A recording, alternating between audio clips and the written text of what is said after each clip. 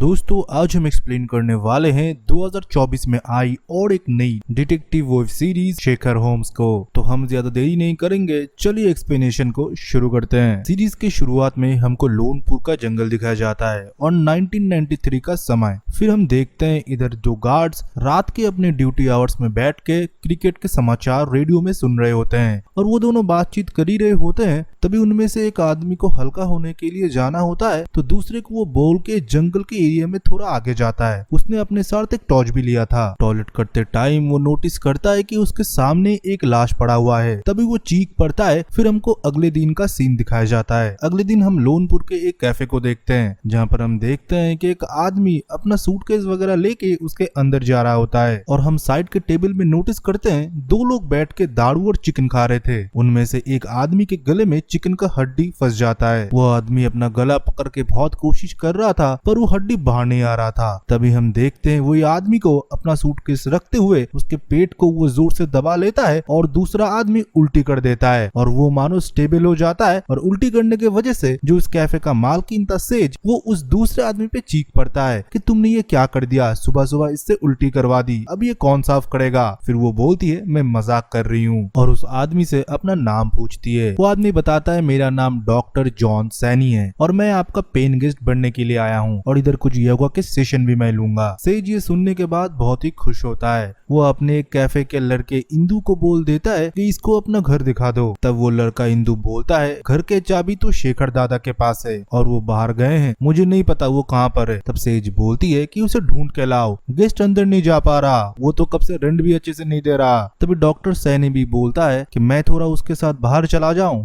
थोड़ा घूमना भी हो जाएगा। फिर सेज बोलती है हाँ आप जा सकते हो। फिर इंदू सैनी के साथ मिलके शेखर को ढूंढने के लिए बाहर चला जाता है। तभी इंदू बोलता है कि पैदल जाके शेखर दादा को ढूंढ नहीं सकते, मार्केट एरिया में जाना पड़ेगा, पर अब उतना चल नहीं पाओगे, हम एक रिक्शा बुला लेते हैं। तब हम देखते हैं कि इंदू एक रिक्शे वालों को बुलाता है और वो दोनों रिक्शे पे बैठ जाते हैं। तभी डॉक्टर सैनी इंदू से पूछता है तुम्हारा शेखर दादा करता क्या है, सिर्फ भागता ही रहता है या कुछ काम धाम में करता है। तब इंदू बोलता है शेखर दादा सब कुछ करते हैं, वो बच्चों के लिए स्कूल भी पढ़ाता है और खुद भी बहुत रात रात तक पढ़ते रहते हैं। रात में वो गाना भी गाते हैं और ऊपर से काला जादू भी, उनको सब पता होता है पहले से। शेखर दादा मानो कुछ भी कर सकते हैं। जो रिक्शा चला रहा होता है वो हर 2-3 सेकंड के बाद बेल बजा रहा होता है और हम कुछ बकरे को देखते हैं जो कि मार्केट एरिया में बंधे हुए थे। तभी अचानक से वो रिक्शा वाला अपने रिक्शे से उतर जाता है और एक आदमी को जाके बोलता है तूने बकरा चुराया है और उससे वो बकरे की रस्सी ले लेता है और बोलता है तूने साजलदा से ये बकरे चुराए हैं। ये बोलने के तुरंत बाद वो आदमी भागने लगता है। तभी उसके पीछे इंदू भी जाता है कि ये कौन है कि रिक्शे से तुरंत उतरने के बाद उसे बोल रहा है कि बकरा उसका नहीं है। और ये सब कुछ होते हुए सैनी देख रहा होता है। फिर हमारे सामने इंट्रोड्यूस होता है शेखर का, मतलब शेखर होम्स। उसने अपना भेष बदल के रखा था। इंदू फिर उसे पहचान जाता है। फिर इंदू से वो बोलता है अरे सजलदा ने ये मुझे काम दिया था, उनकी बकरी चोरी हो गया और उनका रिक्शा मैं लेके आया। ये बेल सुनने के बाद ही उनकी बकरी उनकी तरफ आ जाता था, मतलब खाने का टाइम हो चुका था। तुम लोगों को रिक्शे में बिठाने के बाद जब मैं बेल बजा रहा होता हूँ मैं ये देख रहा था कि कौन सी बकरी मेरे तरफ अपना सर मुड़ता है, मतलब वो सजलदा की बकरी थी और ये मार्केट एरिया में ही बिकेगा कि छोटा सा एरिया है और आज सुबह ही बकरी चोरी हुआ है। फिर इंदू डॉक्टर सैनी से बोलता है ये है हमारे शेखर दादा, बोला था ना मैंने इनको काला जादू आता है। और शेखर दादा ये है, ये बोलने से पहले ही शेखर बोल देता है इनका नाम डॉक्टर सैनी है जो तुम बोल चुके हो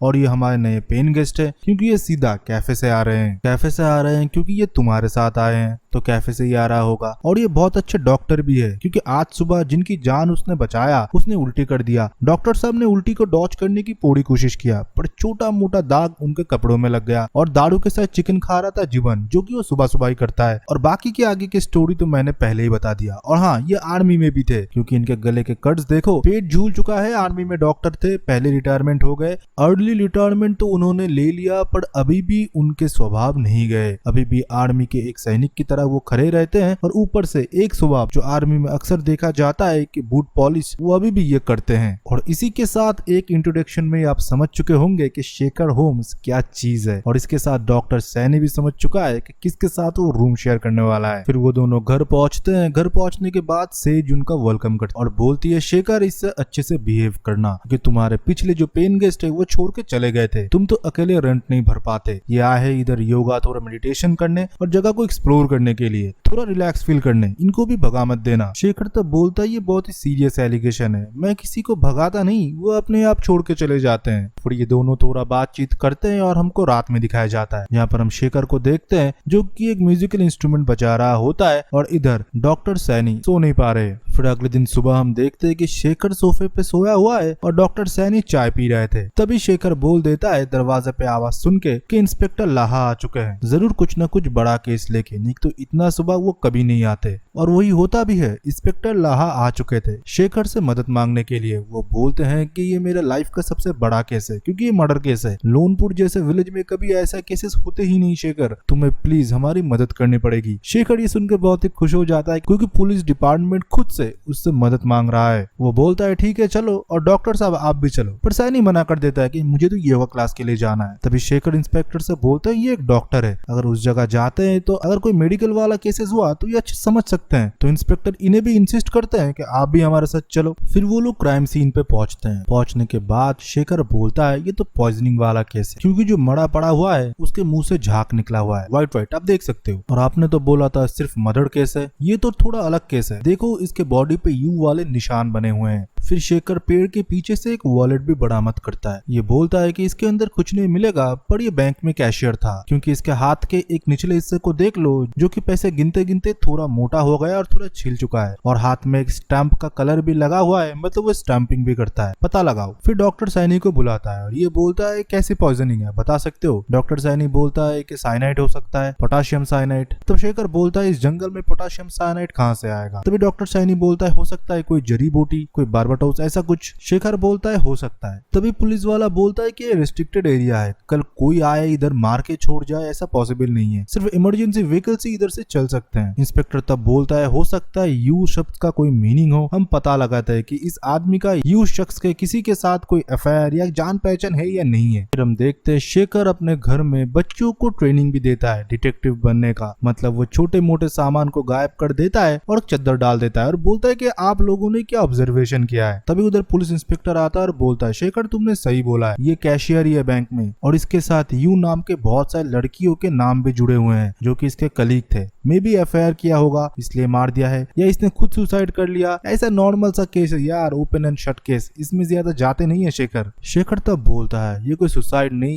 ये मर्डर है, और ये सिलसिला आगे भी चलेगा। ये सुनने के बाद इंस्पेक्टर भी परेशान होता है और उधर से चला जाता है। फिर उस दिन रात को हम फिर से देखते हैं कि शेखर गाना बजा रहा होता है और सैनी फिर से सो नहीं पाता, और दूसरी जगह हम एक सुनसान सड़क में एक लड़की को देखते हैं जिसके सामने एक लाइट आके रुकती है। फिर हम देखते हैं कोई तो एक आदमी अपने दोनों हाथों में 2 पिल्स उस लड़की को दिखा रहा होता है और वो लड़की बहुत घबरा रही थी। फिर अगले दिन हम फिर से पुलिस इंस्पेक्टर को देखते हैं जो कि शेखर के घर में आता है और बोलता है शेखर दूसरा मर्डर हुआ है। फिर से ये लोग क्राइम सीन में पहुंचते हैं और फिर से सेम पैटर्न था, लड़की के हाथ में भी यू का सिंबल बना हुआ था। तभी शेखर बोलता है कि ये घोड़े के नाल का सिंबल है, गुड लक माना जाता है किसी किसी के लिए। इंस्पेक्टर ये भी बोलता है कि कोलकाता फॉरेंसिक लैब ने ट्रेस कर लिया है कि पॉइजन क्या है, पॉइजन का नाम है कुलकुशन, ये एक लोकल हब है। तभी डॉक्टर सैनी भी बोलता है कि ये अगर कोई लेता है विद इन अ सेकंड उसकी मौत हो जाता है। शेखर फिर कुछ दूर बाद जमीन पे टायर के निशान और कुछ होल्स भी नोटिस करता है, और शेखर इंस्पेक्टर को एक चीज की इन्वेस्टिगेशन के लिए बोलता है कि हाल ही में जिस किसी की मौत पॉइजन की वजह से हुआ है वो कैसे हुआ और कहां से हुआ, कौन सा पॉइजन था, उसका रिपोर्ट चाहिए। और शेखर का पेट बहुत दर्द कर रहा होता है। तब कैफे में बैठने के बाद भी सेज उसे बोलती है मैं तुम्हारे लिए दवाई लाता हूँ, पर शेखर को फीका खाना बिल्कुल पसंद नहीं है, इसलिए वो इंदु को बोलता है मुझे थोड़ा लाल मिर्च का डिब्बा ला के दो, खाने में मिक्स करना है, पर सेज को पता ना चले, फिर से वो चीखने लगेगी। डॉक्टर सैनी भी तब उसे मना करता है, पर इंदु लाके उसे वो डिब्बा दे देता है। तभी आते हैं इंस्पेक्टर लाहा। तब बोलता है कि बर्धमान जिले में एक छोटा सा हॉस्पिटल है, उसमें हमको कुलकुशम हब की थोड़ा इंस्ट्रक्ट मिला है, हमको उधर जाके इन्वेस्टिगेशन करना चाहिए। तब शेखर बोलता है मेरे तो पेट में दर्द है, मैं नहीं जा पाऊंगा, पर आप जाओगे तो पिछली बार की तरफ खाली हाथ लौट आओगे, अब अपने साथ मेरे असिस्टेंट डॉक्टर सैनी को भी ले जाओ। डॉक्टर तब बोलता है मैं तुम्हारा असिस्टेंट नहीं हूँ। तब शेखर बोलता है अरे किसी की जान बच जाएगी, ठीक है असिस्टेंट ना सही, तुम जाओ तो। इंस्पेक्टर भी जब डॉक्टर को बोलता है वो राजी हो जाता है, पर शेखर को जाते टाइम वो मना करता है कि लाल मिर्च तुम नहीं खाओगे, तुमको और पेट दर्द होगा। फिर ये दोनों पहुंचते हैं हॉस्पिटल में और पूछताछ करना शुरू कर देते हैं। वार्ड बॉय से लेके डॉक्टर सबसे ये लोग पूछताछ करते हैं। तभी हम देखते हैं कि एक वार्ड बॉय दूर से इन लोगों को देख रहा होता है और ये चीज नोटिस करता है डॉक्टर सैनी, और डॉक्टर सैनी को देखते ही वो आदमी भागने लगता है और डॉक्टर सैनी और इंस्पेक्टर उसका पीछा करते हैं और डॉक्टर सैनी उसे पकड़ लेता है। और दूसरी जगह हम शेखर को देखते हैं जो कि पेट दर्द से तड़प रहा होता है। वो घर जाने वाले रास्ते में चलते हुए जाता है पर पेट पकड़ के एक चाय की दुकान के बेंच पे ही वो सो जाता है और जोर जोर से चीखता रहता है। और दूसरी तरफ डॉक्टर सैनी इस वर्ड बॉय को पकड़ लेता है और बोलता है तू भागा क्यों, तुझे जरूर पता है ये 3 खून के बारे में और इस हब के बारे में भी। वो लड़का पहले कुछ भी नहीं बोलता पर बाद में जब उसको बहुत धमकाया जाता है वो सच बोल देता है। और दूसरी जगह हम शेखर को देखते हैं दुकान के आसपास के लोग एक एम्बुलेंस को बुला चुके थे। एक एम्बुलेंस से आदमी निकलता है और शेखर को गाड़ी में डाल के वो एम्बुलेंस लेके चला जाता है। वार्ड बॉय बताता है वो आदमी पहले इधर ही काम करता था, अब नहीं काम करता, थोड़ा पागल है सर। वो अभी सुनने को आया है कि वो कहीं पर प्राइवेट एम्बुलेंस चलाता है। फिर हमको एम्बुलेंस दिखाया जाता है जो कि जंगल के बीचों बीच रास्ते से जा रहा होता है और वो एम्बुलेंस और कोई नहीं वही पागल किलर देबू चला रहा होता है। और हम उसके मिरर में देखते हैं जहाँ पर घोड़े का नाल का एक सिंबल लटका हुआ था। वो नोटिस करता है कि पीछे का एम्बुलेंस का दरवाजा खुला हुआ है। फिर वो गाड़ी रोकता है और पीछे जब वो दरवाजा बंद करने के लिए जा ही रहा होता है वो देखता है कि अंदर शेखर की बॉडी मिसिंग है। फिर वो इधर उधर चेक करता है और एम्बुलेंस में जब वो बैठने ही वाला था वो देखता है कि शेखर उसके साइड के सीट में ही बैठा हुआ है। वो तब शेखर से बोलता है कि गजब टोपीबाज आदमी हो, पेट का दर्द बना के ऐसा हवा कर दिए थे कि आसपास के लोगों को एम्बुलेंस बुलाना पड़ा। तुम जब छोटे थे मम्मी को तो बहुत परेशान किया होगा, मम्मी पेट दर्द है स्कूल नहीं जाना। तब शेखर मुस्कुराता है। तभी वो ड्राइवर बोलता है कि हमारे बारे में तुमको पता कैसे चला, क्योंकि उसे पता चल चुका था कि शेखर को सब पता है। शेखर फिर बोलता है जंगल में जब मैं लाश को इन्वेस्टिगेशन करने के लिए गया था इंस्पेक्टर मुझे बोला था ये रिस्ट्रिक्शन एरिया है, सिर्फ इमरजेंसी डिपार्टमेंट के लोग ही आ सकते हैं जैसे फायर ब्रिगेड, पुलिस, एम्बुलेंस। देबू फिर बोलता है कि पुलिस की जीप भी तो हो सकती है। तब शेखर बोलता है कि पुलिस वाले हॉस्पिटल के कटिंग नाइफ यूज नहीं करते जिससे तुमने घोड़े की नाल का मार्क बनाया है। शेखर ये भी बोलता है कि दूसरे विक्टिम के जगह से मुझे टायर का निशान मिला है जो कि तुम्हारे गाड़ी का है। तब देबू बोलता है कन्विंसिंग नहीं है। वो बोलता है रैंप, हॉस्पिटल में जो रैंप यूज किया जाता है मरीजों को उठाने के लिए और डाउन करने के लिए, उसका रॉड का एक होल उस जगह पे हो चुका था जो कि पहली वाले जगह पे नहीं हो पाया क्योंकि उधर पत्ते बिछे हुए थे। दूसरे जगह पे वो होल रैंप के ही थे। तब देबू भी बोलता है मान गए तुम्हें गुरु, तुम तो जिला हिला दिए। अभी शेखर बोलता है पर तुम्हारा आज का दिन खराब गया देबू, क्योंकि मेरे पास कोई पैसा नहीं है। देबू तब बोलता है पैसे के लिए ये सब कुछ कौन करता है, मैं तो गेम के लिए करता हूँ। पहले मैं वर्ल्ड में गेम खेला करता था क्रिकेट का, चौके पे 40 रुपए, 6 मारा तो 100 रुपए, ऐसे खेला करता। उसमें मजा नहीं आया। फिर मेरा खुरापाती दिमाग चला, कोई मरीज अगर हॉस्पिटल में आता है वो बचेगा या मरेगा उसके ऊपर डबल वाला बेट खेलने लगा। उसमें मैं जीतता भी था और कभी हारता भी था पर पैसे अच्छे बन रहे थे। फिर मेरा खुरापाती दिमाग और चला और मरीजों के हारने पे मैं बेट लगाता गया। कोई मरीज अगर जिंदा बाहर निकलता है उसका पीछा मैं करने लगा और उसको मार देता। मरने की वजह से फिर से मुझे डबल पैसा मिलता और अगर कभी जीतने पे पैसा लगाता तो मरीज को मैं अगवा करता और उसको मैं 2 गोलियां देता, एक नींद की एक मौत की। वो अगर नींद की गोली चुनता तो उसको मैं जीत की रकम भी दे देता। वैसे मैं बहुत ही ऑनेस्ट वाला साइको हूँ। शेखर फिर बोलता है ठीक है तो तुम्हारा ये खेल तो अभी खत्म हो चुका है, तो पुलिस स्टेशन का रास्ता बाएं तरफ है। तब वो आदमी बोलता है मौत की तरफ भी तो हम जा सकते शेखर होम। फिर हम देखते हैं एम्बुलेंस के पीछे फिर से देबू वो गेम खेलता है। 2 हाथ में 2 पिल्स लिए हुए था और शेखर को एक चुनना था, एक नींद की और दूसरा वही जड़ी बूटी मतलब हम्प का। अगर वो ले लेता तो तुरंत मारा जाता। कुछ टाइम तक शेखर सोचता है कि कौन सा उठाए, फिर वो एक उठाता है और मुंह के अंदर डाल लेता है। फिर हमको अगले दिन सुबह का सीन दिखाया जाता है जहाँ पर हम डॉक्टर सैनी और इंस्पेक्टर को देखते हैं जो कि गाड़ी लेके जा रहे होते हैं। डॉक्टर सैनी बोलते हैं कि देबू का फोटो हर जगह सर्कुलेट कर दो और हर एक एम्बुलेंस में चेक करो। ये लोग बोल ही रहे थे और गाड़ी जा ही रहा था तभी उनके सामने एम्बुलेंस आके रुकता है और उसमें से उतरता है कौन, शेखर। और इंस्पेक्टर से बोलता है कि आपका केस सॉल्व हो चुका है, पीछे आपका साइको क्रिमिनल बैठा हुआ है। फिर वो अगले दिन का सब कुछ डॉक्टर सैनी को बताता है कि इसने भी मेरे सामने 2 पिल्स रखे थे। जो हम वाला जो पिल है उसका डेंसिटी ज्यादा है, वो हवा में उतना नहीं हिलता, पर जो नींद वाला है वो हवा में हिलता है। तो थोड़ी टाइम तक सोचने के बाद हवा की मदद से मैं वो सोने वाला पिल उठा लेता हूँ पर वो खाता नहीं। और जब उसे लगता है कि मैं मर चुका हूँ तब मैं मेरे पीछे से वही जो डिब्बा मैंने इंदू को बोला था मिर्ची का वो निकालता हूँ और उसके चेहरे पे छिड़क देता हूँ। वो देख नहीं पाता अच्छे से, फिर उसे पीटता हूँ और बांध के आज वो तुम्हारे सामने है। इसी के साथ ये केस सॉल्व हो जाता है। फिर ये लोग घर जाते हैं और आज डॉक्टर सैनी बोलता है कि मैं और टाइम तक रुकना चाहूंगा क्योंकि मुझे ये होम पसंद आ गया। मतलब वो शेखर होम की बात कर रहा है। फिर इधर से सीन शिफ्ट होता है और हमको और एक घना जंगल दिखाया जाता है जहाँ पर हम कुछ नक्सल या टेररिस्ट को देखते हैं जो कि गोलियां प्रैक्टिस कर रहे होते हैं। फिर हमको उनका बॉस का चेम्बर दिखाया जाता जाता है जहाँ पर एक फोटो फैक्स हो रहा था, जहाँ पर हम इंस्पेक्टर लाहा और उनके पीछे शेखर होम और डॉक्टर सैनी के फोटोज को देखते हैं और इनको उनका टीम का लीडर देख रहा होता है। और उस फोटो के साइड में एक बॉक्स भी रखा हुआ था जिसके ऊपर एक एम करके सिंबल भी बना हुआ होता है। फिर हमको अगले दिन सेज के घर में दिखाया जाता है जहाँ पर डॉक्टर सैनी पेपर लेके आता है और जहाँ पर लिखा हुआ था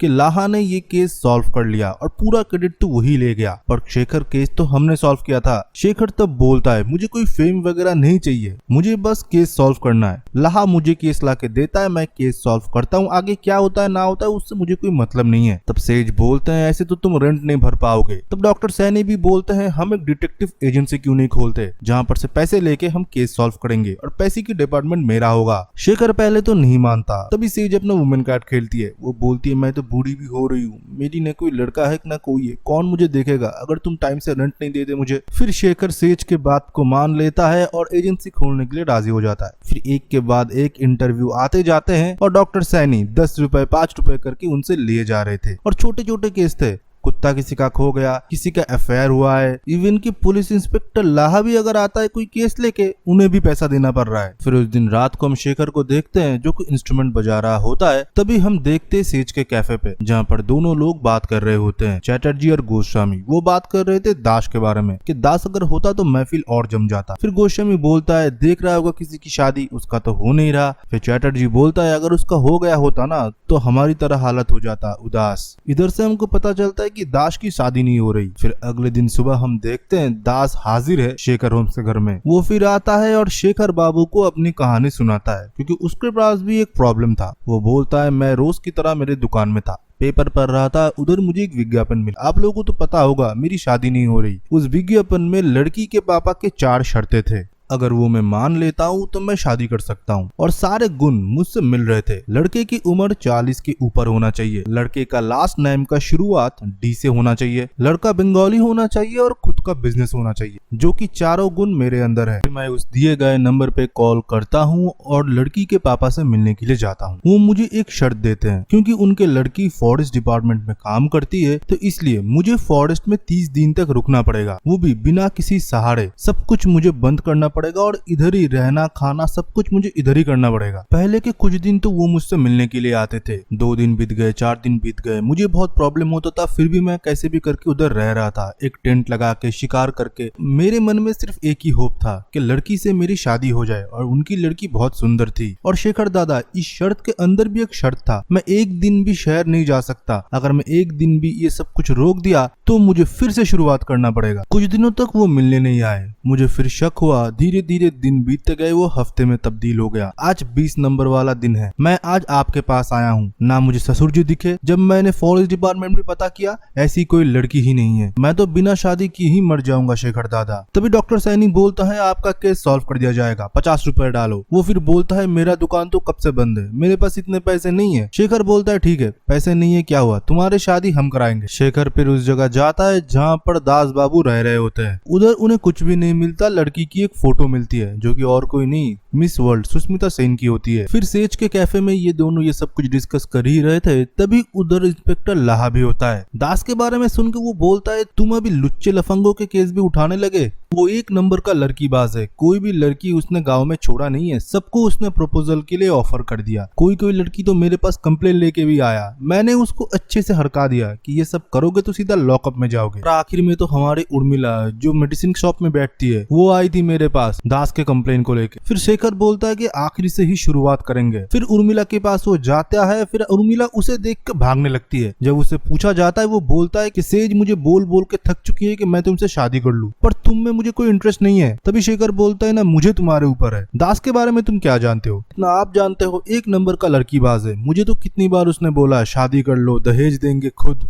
ये सब कुछ सुनने के बाद फिर से वो कैफे जाते हैं और बातचीत करते हैं कि दास ने और कौन से लड़की को छेड़ा होगा, एक लिस्ट बनाओ। डॉक्टर सैनी बोलते हैं इसका लिस्ट बहुत ही बड़ा बनेगा, हमको फोकस करना चाहिए सन्नाल पे जो कि उसका ससुर होने वाला था। वो इस गांव का नहीं है क्योंकि हमने सबसे पूछताछ कर लिया, इतना छोटा गांव है, हर कोई हर किसी को जानता है, जरूर वो बाहर से होगा, कोई ना कोई उसको दास से मिलाया। तो कौन हो सकता है। तब सेज बोलती है कि बहुत सारे ड्रंकर्स तो इधर आते हैं, कोई ना कोई मिलाया होगा। फिर मानो शेखर के माइंड में कुछ क्लिक करता है, वो सीधा जाता है दास के बंद खड़े हुए दुकान के ऊपर, जो कि बहुत टाइम तक बंद था। वो तो 30 दिन के लिए सन्नास लेके जंगल चला गया था। दुकान में कैसे भी वो घुसता है, घुसने के तुरंत बाद ही उसको छींक आना शुरू हो जाता है, मानो कोई केमिकल था। और वो सेम चीज सैनी को भी होने लगा। शेखर दुकान के अंदर इधर उधर ढूंढता है और सैनी बोलता है ये तुम इलीगल काम कर रहे हो, हमको प्रोसीजर से चलना पड़ेगा। शेखर बोलता है कि प्रोसीजर को भी तोड़ना पड़ता है मेरा दोस्त। फिर दास के दुकान में उसको एक मैट मिलता है जो कि बंद करा हुआ होता है, और उस मैट को जब वो हटाते हैं वो देखते हैं कि एक सुरंग, और सुरंग के अंदर वो जाते हैं तभी उनको फिर से छींक आना शुरू हो जाता है उस केमिकल की वजह से। वो सुरंग के अंदर चलते चलते चलते चलते वो लोनपुर के कोऑपरेटिव बैंक के लॉकर तक पहुंच जाते हैं। वो जाके देखते हैं कि पूरा बैंक का लॉकर खाली हुआ पड़ा है। वो बोलता है सैनी तुमको पता चला क्या कुछ चल रहा था इतने टाइम से? शुक्रवार हॉलिडे था, फिर बीच में सैटरडे संडे, इस टाइम के बीच ही इन लोगों ने सारा पैसा उड़ाया और सुरंग बहुत टाइम से खोदी जा रही थी। फिर हम देखते हैं अगले दिन पुलिस आते हैं और पूरी जगह को सील कर देते हैं। बहुतों के पैसे थे इन बैंक में। फिर शेखर बैंक के इधर उधर देख रहा होता है, फिर वो बाहर आता है और कचरे के डिब्बे के साइड से जब वो जा रहा था उसको वही केमिकल का स्मेल आता है और वो छींक देता है। तभी उस कचरे के डिब्बे को उलटता है और उसमें से उसे कुछ मार्क्स मिलते हैं। देखते हैं चैटर्जी, उर्मिला, गोस्वामी को पुलिस स्टेशन बुलाया जाता है। फिर इन लोगों से बोलते हैं मेरे पास डेटा है कि पिछले 6 महीने में तुम्हारा लोन रिजेक्ट हुआ है, और उसमें से चैटर्जी और उर्मिला तुम तो प्राइमरी एप्लीकेंट और को एप्लीकेंट हो। तुम लोगों को जब लोन नहीं मिला तुमने सोचा कि बैंक की चोरी कर लेते हैं। तब चैटर्जी बोलते हैं हम दोनों में संबंध है, पर हम लोगों ने कोई बैंक नहीं लूटी,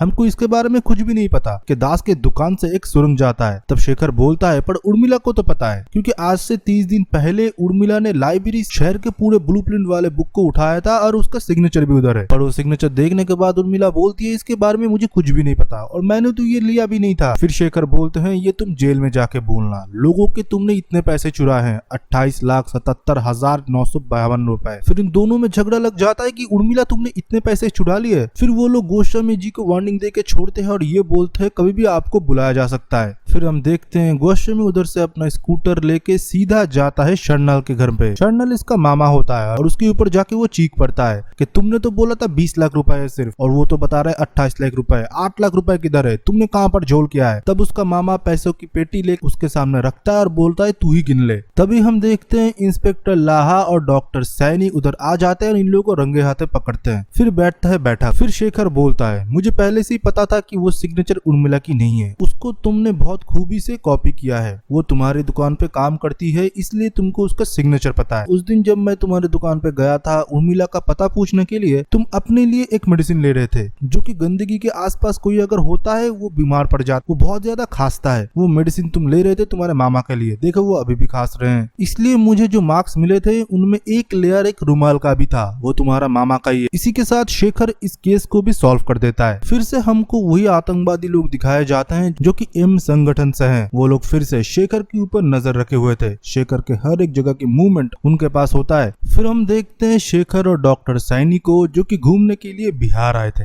डॉक्टर सैनी उसे बोलता है तुमको घूमने के लिए और कोई जगह नहीं मिला, सिर्फ बिहार ही मिला। नक्सल राइट्स बात कितने लोग इधर हैं, हमको कुछ भी हो सकता है शेखर। इतनी बोलने की ही देरी थी जब वो लोग स्टेशन से निकलते हैं, एक ओमनी वैन आता है, उन लोगों को किडनैप कर लेता है। उनके फेस पे मुंह पे एक कपड़ा डाल के उनको कहीं दूर लेके जा रहे थे। डॉक्टर सैनी तो मदद मांगता है, ये बोलता है कि मेरी शादी हो चुका है, मैं और नहीं शादी कर सकता। पर शेखर बोलता है शादी कराने के लिए ये लोग नहीं जा रहे हैं। फिर वो वैन रुकती है, इनके ऊपर से कपड़ा हटाया जाता है। सामने और कोई नहीं शेखर का भाई होता है, वो उसे प्यार से बाबी बुलाता है। बाबी इंडियन इंटेलिजेंस से है, वो एक प्रॉब्लम में फंस गया है इसलिए शेखर को उसने याद किया। बाबी बोलता है तूने तो कब से फोन नहीं किया, माँ तेरी राह देखती है। शेखर बोलता है मैंने सबसे नाता तोड़ दिया है, पर तू प्रॉब्लम में है, मैं आया ना, और माँ का ख्याल तू अच्छे से रख सकता है। फिर वो बोलता है कि शाम में एक पार्टी है, उधर आ जाना, एमएलए साहब की है, और उधर आके सब कुछ डिस्कस करेंगे। वो लोग उधर आते हैं और सैनी चला जाता है दारू पीने के लिए। शेखर अकेला बैठा हुआ होता है। तभी उधर एक लड़की आती है और शेखर के साथ बात करती है। वो आते ही शेखर के अपीयरेंस से बोल देती है शादी में इनवाइटेड हो या खाना खाने के लिए आए हो सिर्फ। शेखर बोलता है नहीं, शहनाई की आवाज सुन के मैं आ गया। तब वो बोलती है कि तुम बजाते हो सितार, और शहनाई की आवाज सुन के आ गए। वो भी अच्छे से ऑब्जर्व कर लेती है कि शेखर के हाथ पे थोड़े छाले है जो कि सितार बजाने से ही आता है। शेखर को ये डिटेलिंग पसंद आया। शेखर फिर उसे पूछता है कि आप क्या करने के लिए इधर आए हो, आपके कौन लगते हैं ये लोग। वो लड़की कुछ बता पाती उससे पहले ही इरावती करके उसे पुकारा जाता है। वो चली जाती है और अपना एक गाना प्रदर्शन करती है। फिर हम देखते हैं कि शेखर को बुलाया जाता है और वो ऊपर जाता है। उसका भाई सब कुछ उसे बताता है कि इन एमएलएस को कोई ब्लैकमेल कर रहा है, इनके टेप्स उन ब्लैकमेलर्स के पास है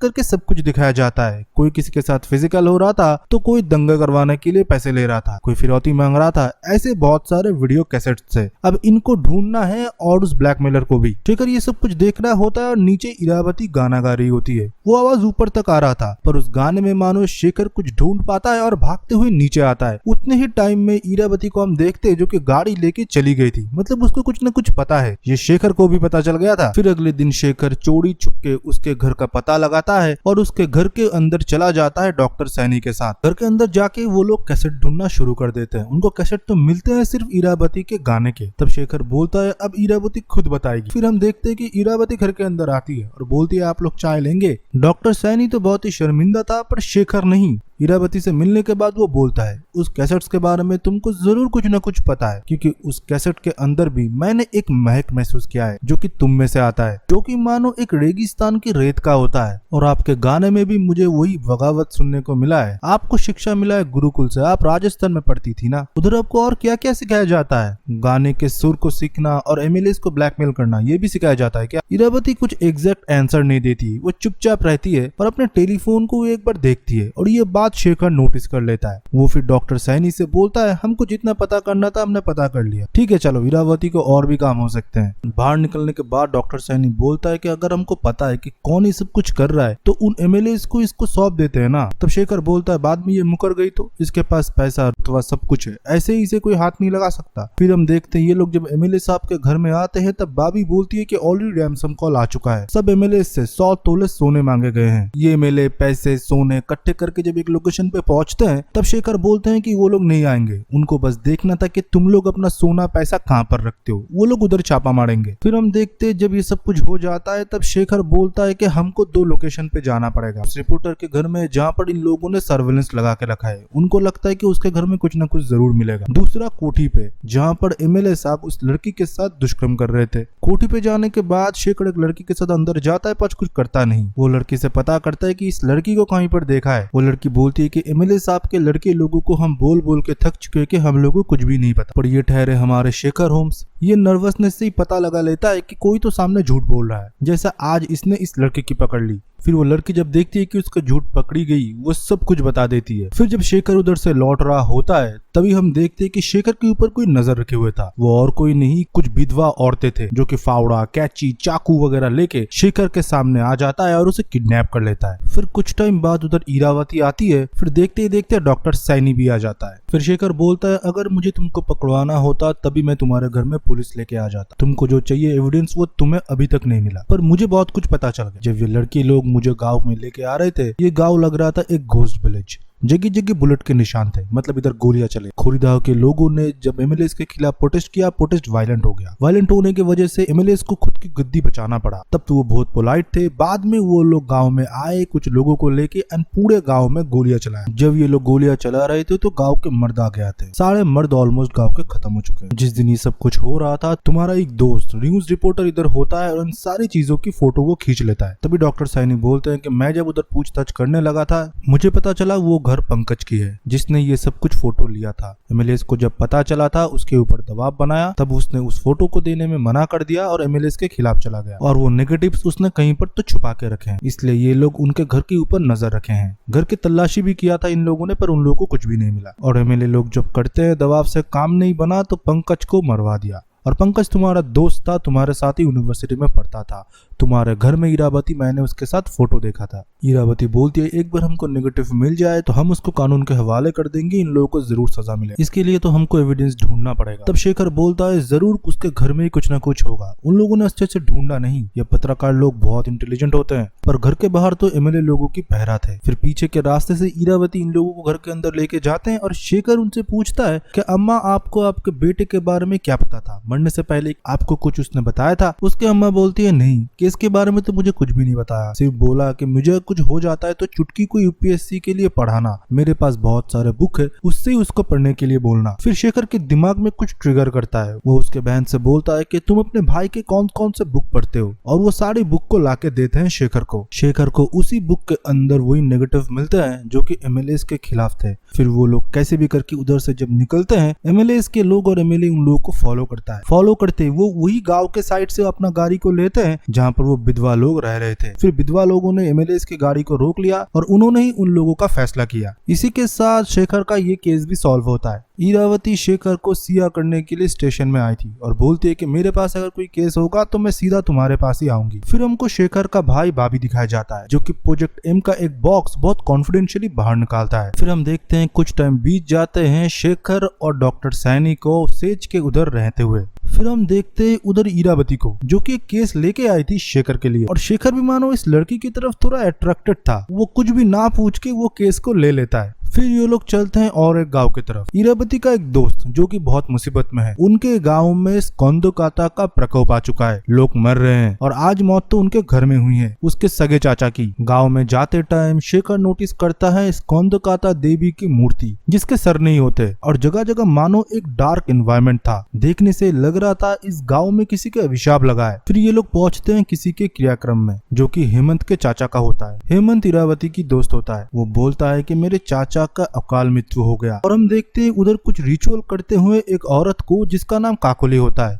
पर हेमंत उसे नहीं मानती और उसको भंड बोलती है। फिर हम लोग देखते हैं एक पागल को क्रियाक्रम खत्म होने के बाद वो बोल रहा होता है कि सारे लोग इस गांव में मारे जाएंगे, स्कंदकाटा सबको मार डालेगी। फिर उधर से घर में आ जाता है और शेखर एक एक करके सबका इंट्रोडक्शन लेता है। फिर वो पूछता है कि एग्जैक्ट उस दिन के रात को क्या हुआ था। हेमंत बोलता है हम लोग सब अच्छे से खाना खा रहे थे, सब लोग बहुत खुश थे। तब चाचा बाथरूम गए, उधर से लौटने के बाद मानो वो कुछ पागल से हो गए थे, वो कुछ डरे डरे रह रहे। उस दिन रात को अचानक वो अपने कमरे से निकलते हैं और भागते हुए तालाब में जाकर गिर जाते हैं और उनकी मौत हो जाती है। वो जोर जोर से चीख रहे थे कि स्कंदकाटा आ चुका है, और ये सब कुछ होते हुए रीना बुआ ने देखा था। रीना बुआ सबको बुला पाती और उनको रोक पाती, इससे पहले वो घर से बाहर चले जाते हैं और सामने के तालाब में जाके कूद जाते हैं और सांस रुकने की वजह से उनकी मौत हो जाती है। तब रीना बुआ बोलती है स्कंदकाटा का प्रकोप है, गाँव में आ चुका है, तुम लोग क्यों इस चीजों को सीरियस नहीं मानते। तब हेमंत के पापा संजीव भी इस बातों को एग्री करता है, पर हेमंत इन सारी चीजों को नहीं मानता, इसलिए उसने डिटेक्टिव बुलाया है शेखर होम्स को। फिर उस दिन रात को बैठ के इरावती और शेखर बात कर रहे होते हैं। इरावती से शेखर हर एक के डिटेल्स के बारे में पूछता है। इरावती धीरे धीरे सब कुछ बताती है कि हेमंत जब छोटा था उसकी माँ चल बसी, तब से रीना बुआ ने शादी नहीं किया, उन्होंने हेमंत को पाल पोस के बड़ा किया है, और हेमंत बोटनी में गोल्ड मेडलिस्ट है। तुम देख ही सकते हो कैसे पेड़ पौधों से इन पूरे बंगलों को उसने सजाया है। उसको छोटी से छोटी पेड़ के बारे में सब कुछ पता है, बहुत टैलेंटेड है हेमंत। फिर हम देखते हैं अगले दिन डॉक्टर सैनी और शेखर बाहर जाते हैं स्कंदकाटा के बारे में पता करने के लिए। कोई कुछ भी नहीं बता पाता, सारे लोग डर रहे थे, कोई कोई तो इन लोगों को मारने के लिए आ रहा था। तभी एक बच्चा आता है और इनको एक खाली खंडर में लेके जाता है, मानो उस जगह के एनवायरनमेंट में ही कुछ डार्क एंटिटी था। वो बच्चा फिर इन लोगों को स्कंदकाटा के स्केच के सामने उन लोगों को लेके जाते हैं। इसको देखने के बाद डॉक्टर सैनी और इरावती दोनों ही डर जाते हैं। शेखर सिर्फ उसे देखे जा रहा था। फिर उस दिन रात को हम वही पागल को देखते हैं जो कि उस दिन शमशान में बोल रहा होता है कि कोई नहीं बचेगा। वो दारू बारू पीने के बाद अपने घर में आता है और बहुत ही गंदा घर था वो, उसमें एक चूहा मरा पड़ा हुआ था, स्मेल की वजह से वो सांस नहीं ले पा रहा था। तभी वो कुछ अगरबत्ती जलाता है काली माँ को पूजा करने के लिए। अगरबत्ती जलाने के बाद जब उस अगरबत्ती को वो सूंघता है, वो नोटिस करता है कि बाहर कोई ना कोई जा रहा था, और वो और कोई नहीं स्कंदकाटा का आवाज होता है। वो डर के अपने कमरे से भागता है और वो भागता ही जाता है। भागते भागते वो जंगल में पहुंचता है और एक लकड़ी उसके गले में घुस जाता है और उधर ही खत्म हो जाता है। अगले दिन सुबह हम फिर से काकोली को देखते हैं जो कि उधर रिचुअल कर रही होती है, और गाँव के सारे लोग उधर खड़े थे इंक्लूडिंग पुलिस ऑफिसर। तभी डॉक्टर सैनी बोलती है ऑफिसर को, आप इसको पोस्टमार्टम के लिए क्यों नहीं भेजते। वो बोलते हैं कि आप लोग गांव में नए हो क्या, रिचुअल करे बिना गांव के लोग इनको लेके जाने के लिए नहीं देंगे। फिर शेखर भी बोलता है इसने तो सही बोला,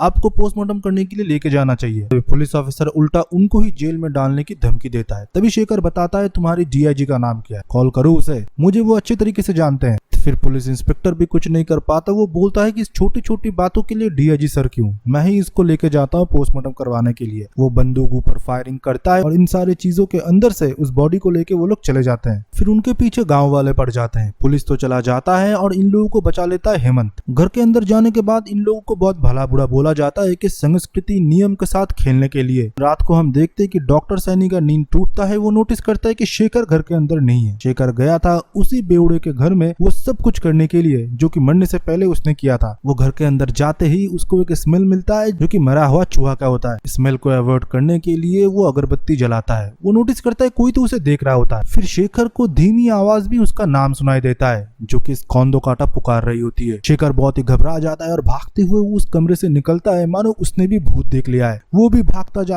जाता है जंगल के एरिया में पहुंच जाता है। जंगल के खाई के सामने जाके वो देखता है कि एक सर कटा हुआ आदमी। वो और डर जाता है और भागता रहता है। वो खाई में गिरने ही वाला था तब डॉक्टर सैनी उसे बचा लेते हैं। शेखर तब उधर ही बेहोश हो जाता है। अगले दिन सुबह जब उसकी नींद खुलती है तब शेखर बोलता है इस कोंडोकाटा असलियत में, मैंने उसे असलियत में देखा है, पर उस घर में कुछ न कुछ तो जरूर है। फिर वो लोग फिर से उस घर में जाते हैं तलाशी लेने के लिए और विंडो से फिर से शेखर याद करता है कि पिछले दिन रात को उसने क्या देखा था। उसने उधर रीना बुआ को देखा था जो कि उसके ऊपर नजर रखे हुए था। फिर सीधा वो लोग जाते हैं रीना बुआ के पास और बातचीत करना शुरू कर देते हैं। पिछले दिन रात आप उधर क्या कर रहे थे? रीना बुआ तो सीधा डिनाई कर देती है, पर बाद में वो मानती है कि मैं टहल रही थी, तुम्हारे ऊपर मुझे भरोसा नहीं था। रीना बुआ ये भी बोलती है कि पुजारी काकोली ने बोला था कि तुम गाँव के लिए खतरा हो, इसलिए मैं चाहती हूँ कि तुम गांव से चले जाओ। शेखर तो बोलता है काकोली तो आपका दोस्त है ना, क्योंकि उस दिन हेमंत का चाचा जब मरा था मैंने नोटिस किया था, आप लोग आंखों आंखों में कुछ बातें तो कर रहे थे। फिर उनसे पूछताछ करने के बाद शेखर उधर से निकलता है। शाम का टाइम हो चुका था, जंगल का एरिया था। शेखर और डॉक्टर सैनी बात ही कर रहे होते हैं, उनको किसी के स्क्रीमिंग सुनाई देता है। जंगल के अंदर से वो लोग भागते हुए जाते हैं और देखते हैं कि काकोली खुद को मारने की कोशिश कर रही होती है। फिर काकोली को कैसे भी करके उधर से वो लोग बचाते हैं। फिर बैठते हैं अगले दिन बैठक और एक एक करके राज खुलने लगते हैं। वो फिर दिखाया जाता है 1970 को,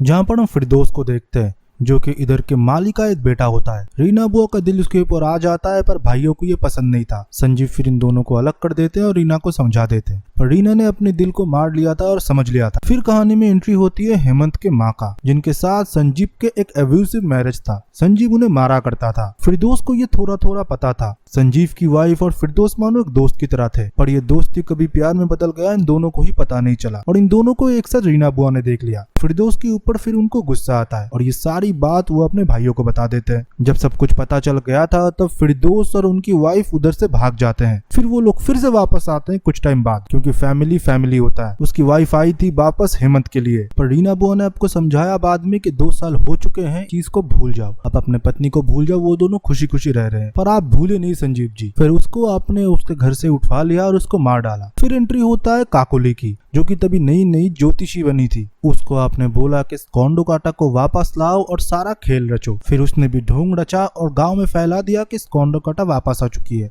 और आपने एक फेक विटनेस भी खरीद लिया कोंडोकाटा को देखते हुए कि उसने फिरदौस को मार डाला। और हेमंत तुम्हारी माँ कैसे मरी तुम्हें तो पता ही होगा। हेमंत फिर बोलता है ओवरडोज ऑफ स्लीपिंग पिल, उन्होंने सुसाइड किया था। पर अभी मेन बात है कि अभी काकोली को किसने मारने की कोशिश की, और वो विटनेस जो कि आपके लिए ही काम करता था। शेखर फिर बोलता है मनोज तुम खुद बताओगे कि मैं बताऊं, नहीं तो पुलिस तुमसे पूछताछ करेंगी। तब हम देखते हैं हेमंत बोलता है मनोज ने कुछ नहीं किया, जो किया है मैंने किया है, और उसका नाम मनोज नहीं उसका नाम रियाज है और वो मेरा भाई है। जब इधर मेरी माँ फिरदौस अंकल के साथ आए थे उन्होंने मुझे बोला कि मेरा एक भाई भी है पर किसी को बताना मत, उसका नाम रियाज है। फिर मेरे माँ के मरने के बाद मैं उनके पुराने घर में गया और मेरे भाई का खोजबीन मैंने शुरू कर दिया। वो मुझे मिल भी गया। कुछ सालों बाद मैंने उसे इधर बुला लिया एक नए नाम के साथ। शेखर ने बताया मुझे पता है कि मनोज ने कोई खून नहीं किया। वो अपने पॉकेट से एक जड़ी बूटी निकालता है। इस जड़ी बूटी के बारे में तुम्हें तो जरूर पता होगा ना हेमंत, इसके वजह से सारे लोग मर रहे हैं और सारे लोग को इस कोंडोकाटा दिख रहे हैं। इसकी खासियत यही है कि इसे अगर कोई सूंघ लेता है खुद को मारने की वो कोशिश करता है, जो कि मेरे साथ भी एक बार हो चुका है। तुमने सब कुछ अच्छे से प्लान करके पूरा खेल को बिछाया था। जब तुमको पता चला पूरा सच्चाई, पहले तुमने अपने चाचा को मारा, फिर तुमने उस बेवड़े को मारा, इस चीजों को प्रूव करने के लिए कि इस कोंडोकाटा का प्रकोप अभी भी जारी है, और इस छलावा के बीच तुम अपने परिवार के सारे लोगों को खत्म करना चाहते थे जो कि तुम्हारे माँ के हत्या में और फिरदौस के हत्या में शामिल थे। फिर हम देखते हैं कि पुलिस वाले को बुला लिया जाता है और हम देखते हैं कि हेमंत खुद को ही सरेंडर कर देता है। बोलता है कि मेरा भाई रियाज एकदम बेगुनाह है, और इसी के साथ हमारे शेखर होम ने और एक केस को सॉल्व कर लिया था। फिर इधर से लौट के जब वो सेज के कॉटेज में आता है वो कुछ नोटिस करता है कि बाहर कुछ आतंकवादी लोग आए थे अपने गाड़ी लेके, उनके साथ गन भी होता है। फिर पहली बार हमको उस लड़की का चेहरा दिखाया जाता है जिसका नाम एम होता है। फिर हम शेखर को देखते हैं कि उसे देखने के बाद वो ऊपर जाता है और अपना पूरा हुलिया ही बदल लेता है। वो एकदम फॉर्मल में एक प्रोफेसर की तरह लग रहा होता है। तभी डॉक्टर सैनी शेखर से बोलता है शेखर ये तुमने कैसा हुलिया बना के रखा है। तब शेखर मुड़ता है और बोलता है शेखर नहीं स्नेहाशीष। हम देखते हैं उन आतंकवादियों ने ऑलरेडी पूरे कैफे को कॉटेज बना के रखा था और सेज के सर पे उसने गन भी तान दिया था। फिर हमको शेखर का पास दिखाया जाता है। नहीं, अब उसका नाम है स्नेहाशीष। वो कैलकाटा मेडिकल कॉलेज में फॉरेंसिक साइंस का एक टीचर है जो कि बहुत ही शार्प माइंडेड है। वो टीचिंग के साथ साथ लोगों को विजुअल इफेक्ट भी सिखाया करते थे। क्लास खत्म होने के बाद जब वो बाहर आता है, हम उसके भाई बाबी को देखते हैं। वो स्नेहाशीष से आके केस के बारे में बात करता है, पर स्नेहाशीष उसमें इंटरेस्टेड नहीं है। तभी बाबी बोलते हैं 3 साइंटिस्ट एक ही जगह काम करते थे, किसी की मौत एक्सीडेंट, किसी ने सुसाइड कर लिया, किसी का हार्ट अटैक आया। स्नेहाशीष, हमें तुम्हारी मदद चाहिए। और ये बात सुन के ये बंदा ट्रिगर हो जाता है। स्नेहाशीष फिर धीरे धीरे हर एक जगह जाता है। पहली जगह एक्सीडेंट की जगह था, जहाँ पर वो बोलता है ना कोई स्केटिंग मार्क ना कोई। पहले इसको मारा गया, गाड़ी में बिठाया गया, फिर गाड़ी किधर ठोका गया। अगर ऐसा होता तो गाड़ी स्किड करती, पर रास्ते में कोई निशानी नहीं है। ये प्री प्लान मर्डर है। दूसरी जगह एक साइंटिस्ट ने फांसी लगाया था, पर टूल लगाने के बाद भी हाइट नहीं मैच कर रहा था। फांसी का फंदा फिर भी बहुत ऊपर था। फिर स्नेहाशीष बोलता है इसे भी मारा गया है, लोगों ने मिलकर इसको उधर फंसाया है पहले, फिर वो मरा। फिर भाभी से तीसरे वाला का पूछा जाता है। वो बोलता है कि तीसरा वाला अभी भी मिसिंग है, उसका अभी भी पता नहीं चला, इन दोनों का ही सिर्फ लाश मिला है। फिर ये लोग पहुंचते हैं रिसर्च सेंटर में, और जहाँ पर हम वही लड़की को देखते हैं जो कि प्रेजेंट टाइम में आतंकवादी होती है। वो उधर भेस बदल के रह रही होती है, जो कि एज ए सेक्रेटरी उधर काम कर रही थी और न्यू ज्वाइन थी। वो स्नेहाशीष जाने के बाद ही डिपार्टमेंटल हेड से पूछता है कि ये तीनों क्या कोई कॉमन प्रोजेक्ट पे काम कर रहे थे। अभी वो लड़की मतलब एम मना कर देती है, ये बोलते हुए कि हमारा स्ट्रिक्ट प्रोटोकॉल है, कोई भी साइंटिस्ट मिलके एक प्रोजेक्ट में काम नहीं कर सकते, सबके अलग अलग थीसिस थे। और डॉक्टर प्रकाश जो मिसिंग है उसके बारे में कुछ पता है? तब एम बताती है कि उनका ऐसा पहले हो भी चुका है। वो बिना बताए कुछ दिनों तक लीव लेते हैं, फिर वापस लौट आते हैं। मे भी इस बार भी वो आ जाएंगे। तभी बाबी बोलता है ये एक सीरियस मैटर है, 2 साइंटिस्ट ऑलरेडी मर चुका है और एक लापता है, हमको बहुत सीरियस तरीके से उनको ढूंढना चाहिए। फिर स्नेहाशीष जाते हैं प्रकाश के पुराने घर में, जहाँ पर वो रिसर्च के लिए बहुत टाइम तक रुका करते। उस घर की हालत बहुत ही खराब थे, बहुत टाइम से कोई काम भी नहीं हुआ, हर जगह धूल जमे हुए थे। पर कोई तो इधर आया था, कुछ न कुछ ढूंढ रहा होता है, क्योंकि तुम अगर फोटो फ्रेम को देखोगे वो अलग तरीके से कॉम्बाइंड बने हुए हैं। जो पीछे के निशान होते हैं, एक टाइम तक फोटो लगने की वजह से वो थोड़ा अलग अलग करके शिफ्टेड थे। फिर प्रकाश के गैरेज से स्नेहाशीष को एक स्मेल आता है। स्मेल और किसी की नहीं, कुछ पेपर्स के जलने के होते हैं। उधर से वो लोग एविडेंस को उठा लेते हैं, और प्रकाश के घर से उनको ये भी चीज पता चलता है कि प्रकाश डाई हार्ड बंगाली फैन था। वो बंगाली लिटरेचर बहुत पढ़ा करता था, और खास करके रविंद्रनाथ टैगोर की। वो जो जले हुए पेपर्स उनको मिले थे, और तीनों जो साइंटिस्ट थे उनके थीसिस पेपर्स से तीनों मैच कर रहे होते हैं, मतलब ये तीनों इकट्ठे कुछ ना कुछ कर रहे थे। फिर वो जाके ये सब कुछ डिपार्टमेंटल हेड को दिखाते हैं, और एम ये सब कुछ देख रही होती है। फिर स्नेहाशीष मानो उधर से चुपचाप चला जाता है, और उसके पीछे बाबी बोलते तुझे कुछ ना कुछ तो जरूर पता है, पर तू बताना नहीं चाहता। वो बोलता है मुझे इस केस में कोई इंटरेस्ट नहीं है। बाबी बोलता है तुझे जरूर कुछ ना कुछ पता है, हमको लीड मिल सकता है। स्नेहाशीष बोले तुझे अभी तक पता नहीं चला, वो तीनों साइंटिस्ट एक साथ मिलके एक केमिकल बना रहे थे जो कि बहुत ही हार्मफुल है,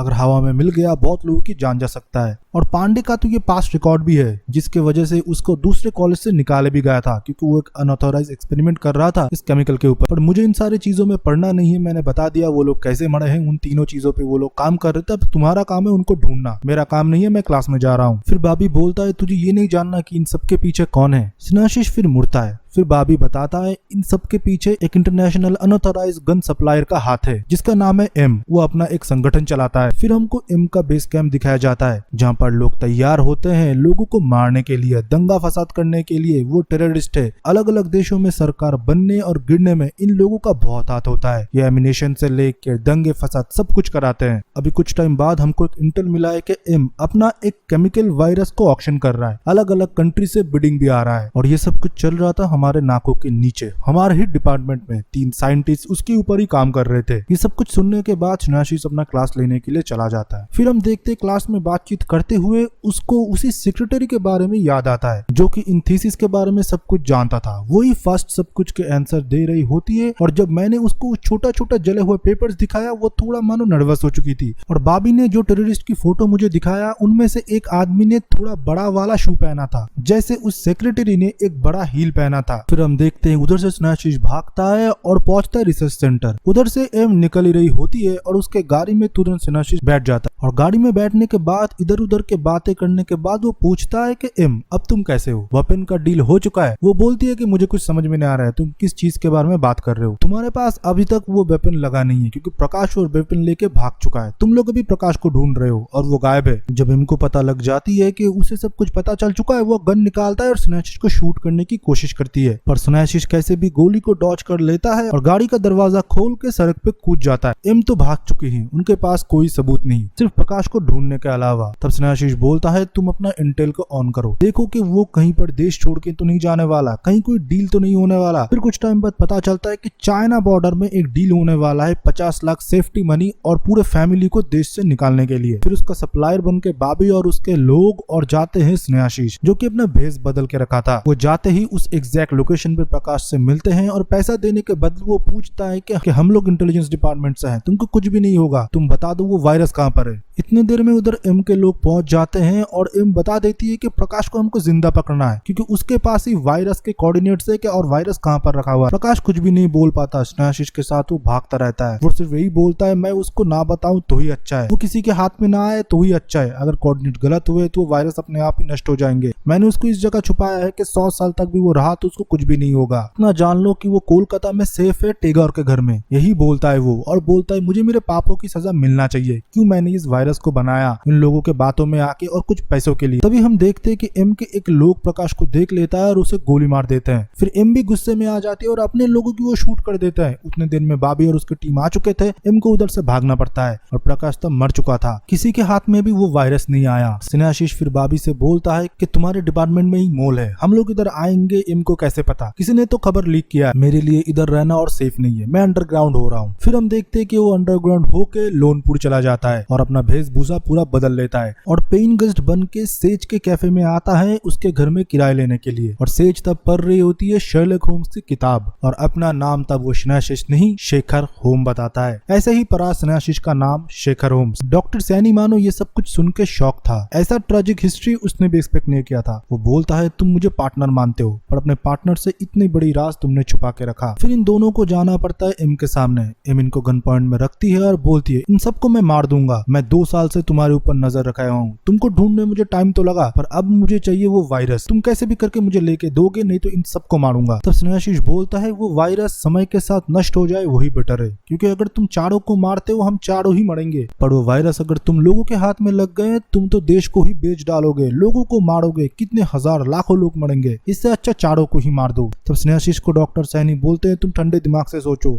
मिसेस सेज की क्या गलती है, उन्हें जिंदा रहने की हक है और मैं तो इधर योगा करने के लिए आया था, तुम ठंडे दिमाग से सोचो, हम पहले सुलझा लेंगे, फिर हम बाद में देखेंगे क्या करा जाए। तब स्नेहाशीष बोलता है तुम समझ नहीं रहे, अगर हम पहले सुलझा भी लेते हैं तो भी हमारी हारी होगी, इनके हाथ में अगर वायरस लग जाता है। तो डॉक्टर सैनी बोलता है वो तो तब की तब देखी जाएगी ना, और वो एम से बोलता है हम राजी है, 24 घंटे का टाइम हमको दे दो। वो स्नेहाशीष बोलता है 2 साल में उस पहेली को मैंने सॉल्व नहीं कर सका, अभी 24 घंटे में कैसे करूंगा। एम तब बोलती है 24 घंटे नहीं, तुम लोगों के पास सिर्फ 12 घंटे हैं, फिर मैं सबको मारने लगूंगा। फिर स्नेहाशीष को लेके उधर से डॉक्टर सैनी निकल जाते हैं और बोलते हैं ऐसा तो नहीं हो सकता, तुमको मैं जितना जानता हूँ 2 साल से तुमने पहली नहीं सॉल्व कर पाया, ऐसा हो ही नहीं सकता। तभी शेखर बोलता है कि उसने कोई क्लू ही नहीं छोड़ा था, सिर्फ मुझे बोला कि कोलकाता में है टेगोर के घर में, ये तो एक नेचुरल सा वर्ड है, ऐसे हम कैसे ढूंढ सकते हैं। फिर वो लोग निकले उस वायरस को ढूंढने के लिए। पहले तो वो लोग गए प्रकाश के घर में, उधर देखा बहुत सारे नोवेल थे जो कि टेगोर के बारे में लिखा हुआ था। तब ये लोग सोचते हैं कि रविंद्रनाथ टैगोर से जरूर कुछ न कुछ जुड़ा हुआ होगा, पर कितने जगह है टैगोर से रिलेटेड, जोड़ासांको हो गया, ठाकुरबाड़ी हो गया, बहुत से घाट हो गए जो कि टैगोर से जुड़ा हुआ है। तभी शेखर बोलता है एक जगह है रविंद्र सदन जहाँ पर टैगोर छुपे हुए हैं, टैगोर से रिलेटेड सब कुछ तुमको उधर ही मिलेंगे। फिर वो लोग उधर जाते हैं और देखते रहते हैं कि उधर उनको कोई वायरस जैसे वॉक्स वगैरह मिलते हैं नहीं, पर इधर तो सिर्फ किताबें थे, थोड़े मोड़े चीजें थे जो कि रविंद्रनाथ टैगोर के पुराने दिन के थे। वो लोग किताब में देखना शुरू कर देते हैं। फिर स्नेहाशीष को किताब मिलता है जो कि वो डॉक्टर सैनी को देता है और बोलता है नंबर 46 खोलो, उधर एक कविता है जिसका हेडलाइन में लिखा हुआ है टैगोर का घर। फिर एक एक करके कविता के पंक्तियों को वो लोग पढ़ते जाते हैं और एक एक करके क्लूज मिलते जाते हैं। पहले 2 पंक्तियों में उनको मिलता है कोई ना कोई नेचुरल गैस का नेम दोनों को जोड़ के, और लास्ट के 2 पंक्तियों पे उनको मिलता है एक एक करके जगह का नाम। तो धीरे धीरे एक एक पंक्तियां पढ़ते गए और वो लोग कोलकाता के अलग अलग जगह जाते गए और उनको अलग अलग नेचुरल गैसेस के नाम और संकेत मिलते गए। कॉफी हाउस से लेके ऑडिटोरियम, ऑडिटोरियम से लेके हावड़ा ब्रिज, हावड़ा ब्रिज से लेके नीमतला शमशान, कोई भी जगह छोड़ा नहीं था इस कविता में। और लास्ट के जो पंक्तियों का मीनिंग था कि जहाँ से तुम लोग निकले हो उधर ही तुम लोग पहुंचोगे, टैगोर जब छोटे थे उधर ही तुम्हारा खोजना खत्म होगा। फिर से वो लोग रविंद्र सदन पहुंचते हैं और टैगोर के मूर्ति के सामने खड़े हो जाते हैं। टाइम निकला जा रहा था। शेखर तब बोलता है टैगोर जब छोटा था इधर टैगोर की छोटी मूर्ति हुआ करता था जो कि रिसेंटली निकाल के इन्होंने नया मूर्ति को स्थापना किया है, जरूर हमको इधर कुछ न कुछ क्लू मिलेगा। तभी शेखर का नजर जाता है मूर्ति के सामने रखा हुआ एक इंट्रोडक्शन बोर्ड के ऊपर जो कि 2 साल पहले ही बनाया गया है, क्योंकि 2 साल पहले ही पुराना मूर्ति मूर्ति हटा के नया मूर्ति लगाया गया है। उस इंट्रोडक्शन बोर्ड को शेखर अच्छे से देखता है। उधर एक स्विच होता है, उसको दबाने के तुरंत बाद एक बॉक्स बाहर आता है जिसके ऊपर एलिमेंट्स लिखे हुए थे जो कि इतने टाइम से उन लोगों ने इकट्ठे किए थे। एम के लोग उनको देख लेते हैं, उनका पीछा करते हैं और उनको बोला जाता है कि हावड़ा ब्रिज के लोकेशन में पहुंचे। उधर से ही एम के लोग उस बॉक्स को लेके चले जाएंगे। दूसरी जगह में सेज के उधर देखते हैं जहाँ पर एम उनके ऊपर बंदूक ताने हुए था। ब्रिज पे पहुंचने के बाद एक एक करके सारे संकेत दबाने के बाद भी लास्ट का संकेत बचा हुआ था जो कि सॉल्ट और सिल्वर में कंफ्यूजन था। शेखर बताता है ये सॉल्ट ही होगा पार्टनर, पर डॉक्टर सैनी को अपने ऊपर कॉन्फिडेंस था। वो बोलता है नहीं, इसमें सिल्वर ही होगा। शेखर बोलता है सॉल्ट होगा, वो बोलता है सिल्वर होगा। शेखर बोलता है अगर तुम गलत भी दबा देते हो तो कोई प्रॉब्लम नहीं है। तभी डॉक्टर सैनी बोलता है अगर गलत दबा देते हैं तो सेज और हम लोग मारे जाएंगे, मैं मरना नहीं चाहता। तभी हम देखते हैं कि डॉक्टर सैनी उसके बात को नहीं सुनते और सिल्वर दबा देते और वो बॉक्स खुल जाता है और उसके अंदर से वायरस उसे मिल जाता है। वो बहुत खुश हो जाता है। तब शेखर डॉक्टर सैनी से बोलता है कांग्रेचुलेशन एम। तब हम सारे व्यूअर्स को पता चलता है कि एम और कोई नहीं डॉक्टर सैनी ही थे, जो इंटरनेशनल आर्म्स डीलर होता है जिसको बहुत सारे देशों के लोग ढूंढ रहे हैं। और इंडियन रिसर्च सेंटर के तीनों साइंटिस्ट है जिसने वायरस बनाया, वो मास्टरमाइंड और कोई नहीं डॉक्टर सैनी उर्फ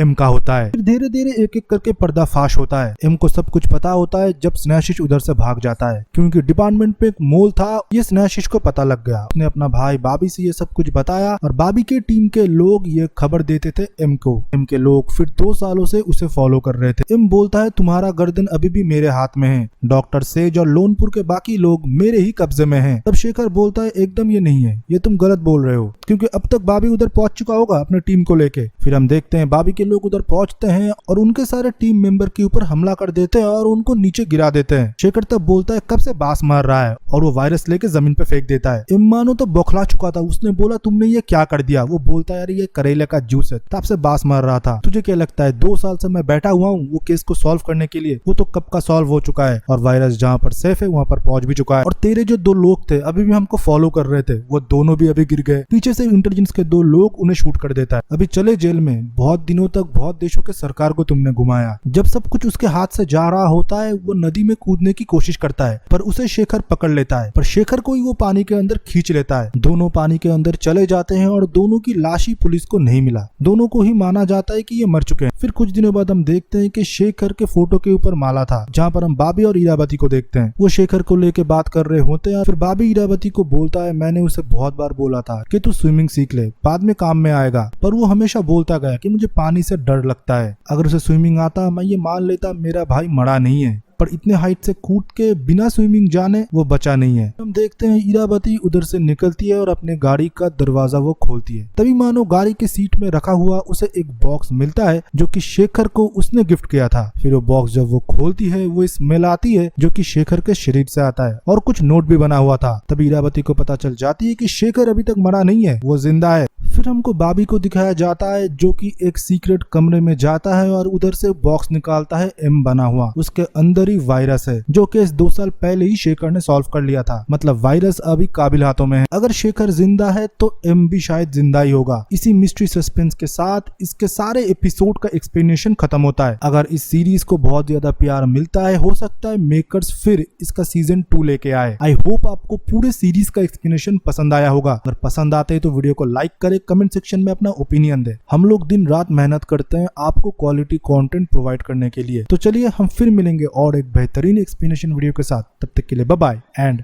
सी या। हे गाइस, ऑनलाइन शॉपिंग तो अब लोग करते ही होंगे, बट अगर वो शॉपिंग और भी ज्यादा सस्ते में हो जाए। मैंने खुद ये Realme का हेयर ड्रायर ओनली 444 रुपीज में बुक किया है। इसी के साथ ही साथ इधर आपको smartphone, smart watch, TV, shoes, clothes बहुत ही डिस्काउंटेड प्राइस में मिलेंगे, जो कि लिमिटेड टाइम के लिए आपकी फेवरेट शॉपिंग प्लेटफॉर्म पर आती है। वो हम आपको बताएंगे।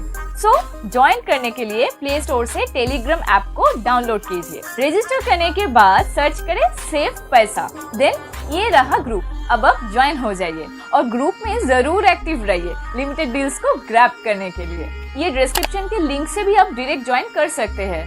सो जल्दी ग्रुप ज्वाइन करें और ऑफर्स को ग्रैब करें।